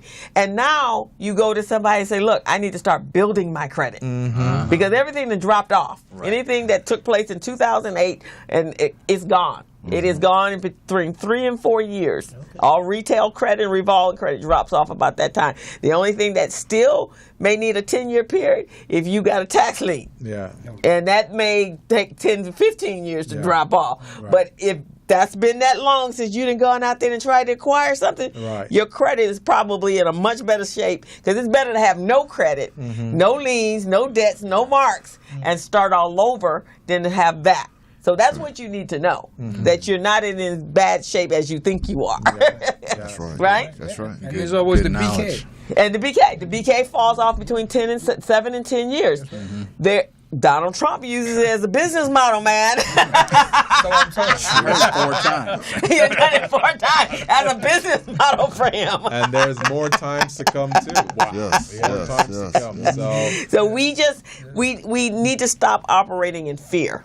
True. We need to get information and how we can work and how we can take ourselves to. Everybody makes mistakes. And in 2008, when the market crashed, everybody was starting at the same place, except for the billionaires. Like Taylor said, we got to start reporting those profits. Right. Yeah. Because if you don't report those profits, then you're not going to get a loan. You're not going to get a line of credit. You're not just get supplier credit. Yeah. If you want to get supplier credit, you may not get that because you're not reporting your profits. Mm-hmm. So we got to start doing that as a business. Yeah. Most of us small businesses, we say, we're taking a loss.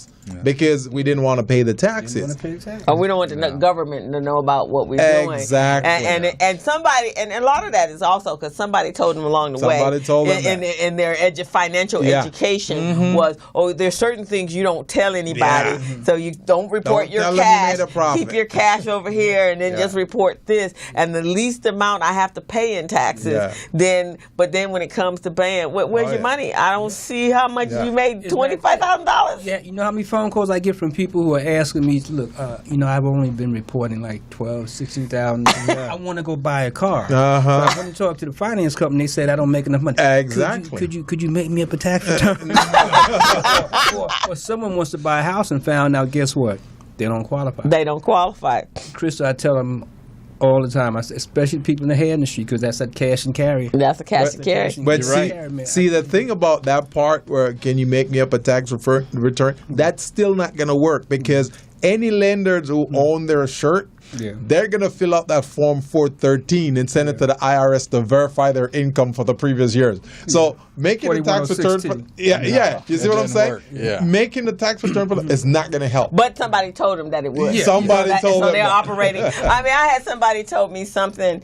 I was somewhere at some business, and somebody came in and they were talking about something, and I said, well, what about, 30 years ago so-and-so was riding on a bike path and they fell off, and that's a dangerous path. I went, 30 years ago? Well, they haven't done any improvements in 30 years. Right. So we hear something that took place 20, 30, 40 years ago, and we still got there like it happened yesterday. And we're making decisions based on that. And choices based upon some old data.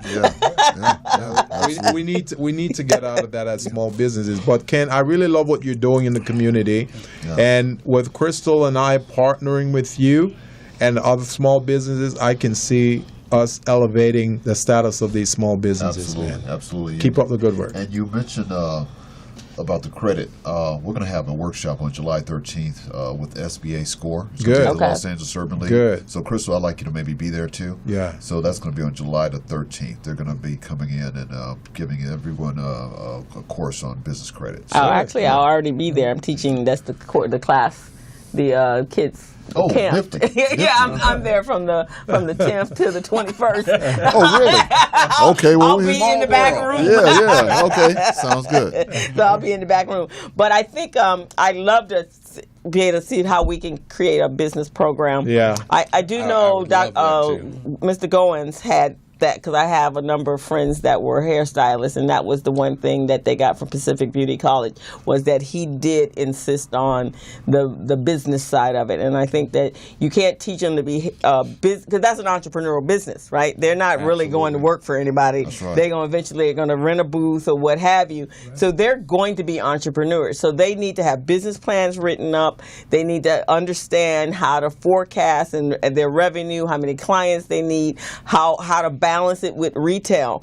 We're doing them a disservice if we're just teaching them a craft and a skill, and then we're not teaching them how to take that to create business. Same thing with the trade. Same thing with plumbing and air conditioning. If we're not teaching them how to go in and do your apprenticeship and then look at building so that you now can build your own business, then we're doing them a disservice. See, Crystal, now would be a perfect time to tell our listeners our program that we have here at the Business Zone, where we're soliciting 10 small businesses, select businesses, and we're going to be working with them together, you and I. Mm-hmm. And we're going to train them in certifications.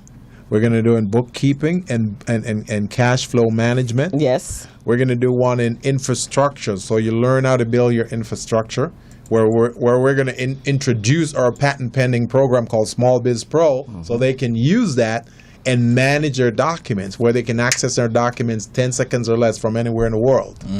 And also there'll be procurement opportunities in the system as well, and market research access. So all of those things we're doing for them. We're also going to do procurement, teaching them how to become business ready and contract ready. So that's what we're teaching here. Crystal and I, we've collaborated on that. So we're targeting 10 small businesses. We don't want it to be more than that. So we can give them our undivided attention. Right. So it's it would be like a boot camp, a mastermind group, so that they just for 10 businesses. Right. And we're also going to provide them with 5 hours of free consulting each. So the goal is to make these businesses successful. So once we're done with those businesses, then we can go to the bank, we can obtain lines of credit, we can go to contract providers and show them that these businesses are actually ready. So that's a program we're doing here on the Business Zone. So if you have anybody, we have about 6 businesses already identified. So if you have any in that, any of that in your pocket of networks, that might be good candidates.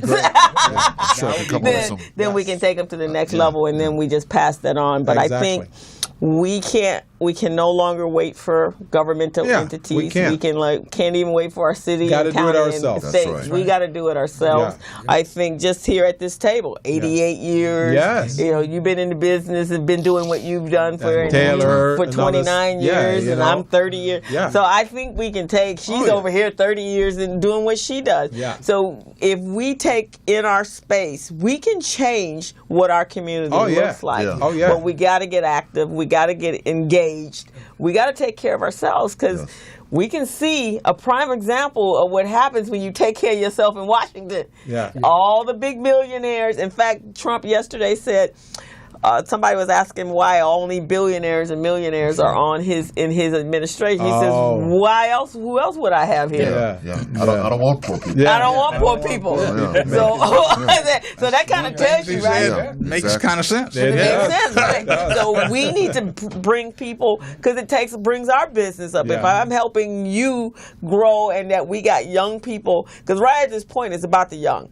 So we can help them become very successful business owners, give them street smarts and business savvy, then they can then take care of themselves and their parents, if any of y'all are parents, because they got to be able to take care of you. So we can help them get that, but they need some skills. They don't have that mindset. Right. And it's up to us to make that happen. This program is going to be phenomenal because it's never been done before by any consultant. Never. You know, Crystal and I, we're advocates. We got this passion for small business. Absolutely. And we sometimes give a lot more than we should. But because we have that end goal in mind, we know that we want to get these business to the point. Because you know how I got started with Small Biz Pro. That's right. Because I've been working at Metro, I've been working at LAUSD, LA Community College District. That's right. And I see what happens. On the inside, you know, they talk a good talk. They said, well, we've got these contracts for small businesses. Just come on in and you can get it. And then the small businesses come to the table. They go, you're not ready.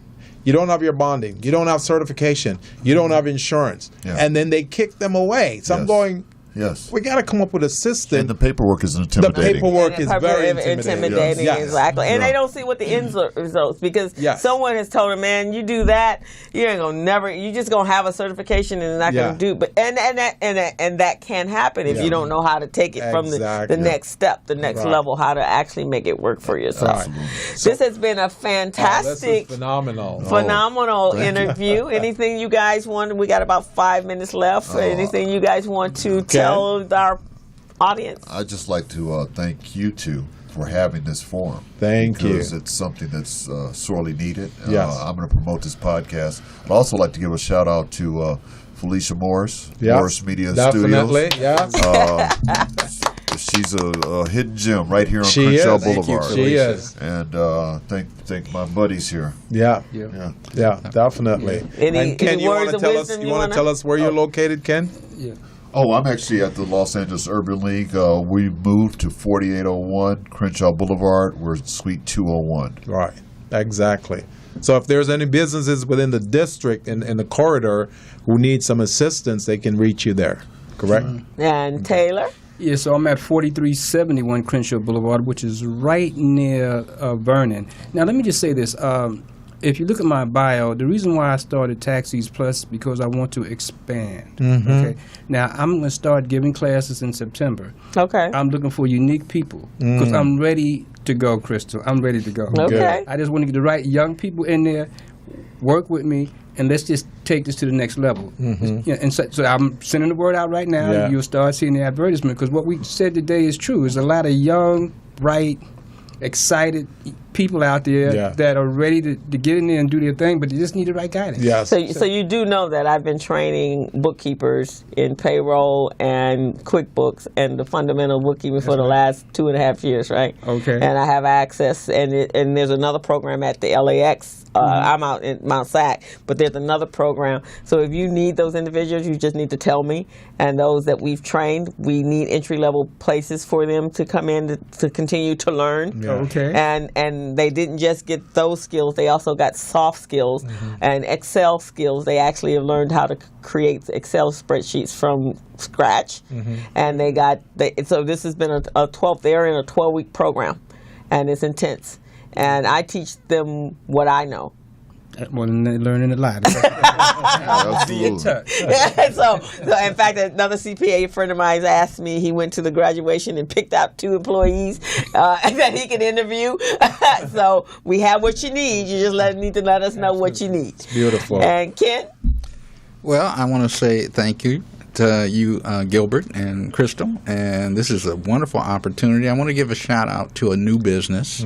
It's the name is the Williams Nail Salon, and it's no relation to me, but I was passing by Vernon and Western Avenue, and I looked up, I saw the sign, it said Williams Nail Salon. I went in, I said, well, that doesn't sound like an Asian surname, so I went in and introduced myself. This is a young lady, the owner's name is Crystal. Oh, okay. And it's an African-American owned nail salon. Oh, okay. So people actually have asked me for that. Yeah. And where is she located? She's on Vernon and Western. Okay. There's a little Louisiana Fried Chicken on the corner. Right. I know where that is. They actually had a shopping center that kind of closed, and then now they're reopening it, and it has a nail salon. That's fantastic. There's also a new beauty supply store over there by a young African-American woman. She's on Manchester and Normandy, in the same 2 doors up from Dr. Rosie. Okay. And then Brian, that's over on Century Avenue in Yukon. So those are the new black-owned businesses. So you need to have her reach out to me so she can come to RBD and we can get her in the resource guide and we can actually help promote her. That's what we're trying to do, is make sure our businesses are carried. So we're going to talk about that business piece to your school, and we're going to take your school to a whole nother kind of level. It needs to surpass. Let's do that. Okay, Marinella, you need to be that school, right? Yeah. So we are going quickly, the Biz Camp. So we still have slots open for young enterprising entrepreneurs from the age of 14 to 18. We're going to teach them how to write their business plan. We're being sponsored by American Airlines this year, and the kids are going to actually solve a pain that American Airlines has identified, and then they're going to create a solution that is a business. They're going to pair up in a collaboration. It's going to be a fantastic 10-day intensive camp from July 10th to July 21st from 9 a.m. to 5 p.m. at the Los Angeles Urban League at 4401 Crenshaw Boulevard. And what we need is for you to call us, because our orientation date is on July 1st, and we have about 6 spots left, and we need kids. So reach out to us. Sounds good. Well, I don't have anything to add, and we're right on time to sally out of here. So I want to thank our guests for coming in today. This has been a great show. Thank you. I'm very excited. You guys have stimulated me. Now I'm ready to go out there and meet with you and start sharing some stuff with you to get you to the next level. So, Crystal? And that's all. It's just been a great week. I have a conference coming up I'm excited about going to it in Baltimore at the Power Network on July 5th. So I'm trying to close everything up and close down Mount Sac and head on out to meet with some dynamite black people. And just so you know, our anniversary is coming up in July. It's going to be July 8th, so we'll be on the air for 1 year now. Thanks to that wonderful lady over there, our producer, Felicia. So this has been the Business Zone, and we're out. All right, see you next week. Hello, meet Larry. Larry is a general contractor. Larry is very good at his craft, but Larry has a very tough time managing his paperwork because he is busy taking care of his clients' needs. Larry just cannot find his important business documents when needed. Larry is also being passed over for bid opportunities from prime contractors because he is perceived as not ready. He doesn't know where his business license, certifications, insurance, and other key corporate documents are located most of the time. Lucy owns an auto body and collision repair shop and has been using a business management and procurement assistance program called Small Biz Pro to keep her business organized, business ready, contract ready, and bank loan ready. Small Biz Pro is a 3-in-1 cloud-based business management, procurement, and market research assistance system designed to help businesses become business ready, contract ready, and bank loan ready. It also provides back-office operation solutions for small businesses. Lucy is able to stay ahead of her competitors because she uses Small Biz Pro to manage her business daily. Lucy just clicks on Small Biz Pro from her tablet, mobile phone, laptop, or any internet-accessible device for data retrieval, and she's got it. Lucy introduces Larry to Small Biz Pro, and now Larry is more organized and can now find all of his documents and new bid opportunities in seconds. Larry now saves $120 in labor costs for each missing or misplaced document. Just simply go to your web browser and log into smallbizpro.net and register today for a limited 30-day free trial offer. Services start as low as $1 per day. Let's put the competition out of business. Small Biz Pro. If you stay ready, you don't need to get ready. Register now at smallbizpro.net and begin saving money. Email info@smallbizpro.net or call 626-533-1186.